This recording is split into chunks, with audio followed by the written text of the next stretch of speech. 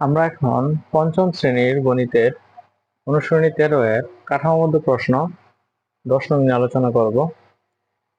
সেখানে কি বলা আছে, সোহাগপুর গ্রামের আয়তন 5 বর্গ কিলোমিটার এবং লোক সংখ্যা 3000 জন।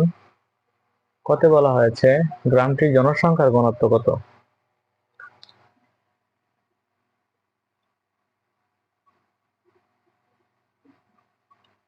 গ্রামটির জনসংখ্যা ঘনত্ব কত? তো জনসংখ্যা ঘনত্ব সূত্র লিখবো আমরা।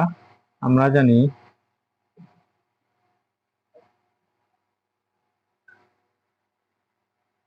জনসংখ্যার ঘনত্ব সমান জনসংখ্যা ভাগ আয়তন সমান। এখন যদি আমরা জনসংখ্যা বসাই, জনসংখ্যা কত? 3000 জন। 3000 ভাগ আয়তন কত? 5 জন প্রতি বর্গ কিলোমিটার, ঠিক আছে। সমান আমরা যদি 5 দিয়ে 3000 ভাগ করি,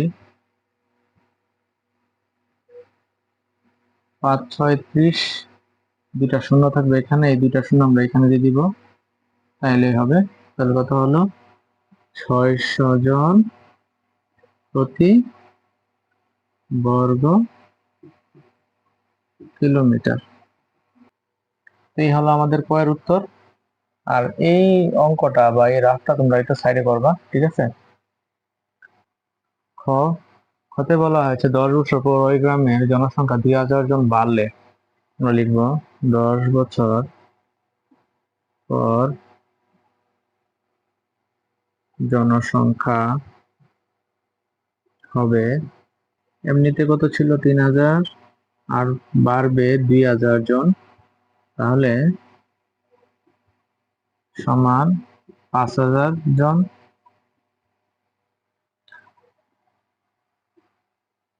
তারপর বলছে জনসংখ্যা ঘনত্ব কত হবে, মানে 2000 জন বাড়ার পর জনসংখ্যার ঘনত্ব কত হবে। তো এখন 2000 বেড়ে কত হয়েছে? 5000। 5000 এর জন্য ঘনত্ব কত হবে? 10 বছর পর জনসংখ্যার ঘনত্ব সমান, আবার কি হবে? এই সূত্রটা হবে জনসংখ্যা, তার মানে এই যে জনসংখ্যা 5000 ভাগ আয়তন, আয়তন তার পরিবর্তন হয় নাই, 5 বর্গ কিলোমিটার, তাহলে হবে জন পার প্রতি বর্গ কিলোমিটার, ঠিক আছে। 5 দিয়ে যদি আমরা ভাগ করি তাহলে কি হবে? 5000, 5 একে 5, এখানে 3টা শূন্য থাকে, এই শূন্যগুলো আমরা এখানে দিয়ে দিব, তাইলে হবে। তাহলে হলো কত?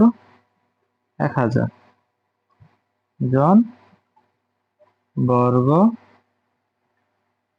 কিলোমিটার। এই ছিল আমাদের কাঠামোগত প্রশ্ন 10 এর উত্তর। আশা করি সবাই বুঝতে পেরেছ।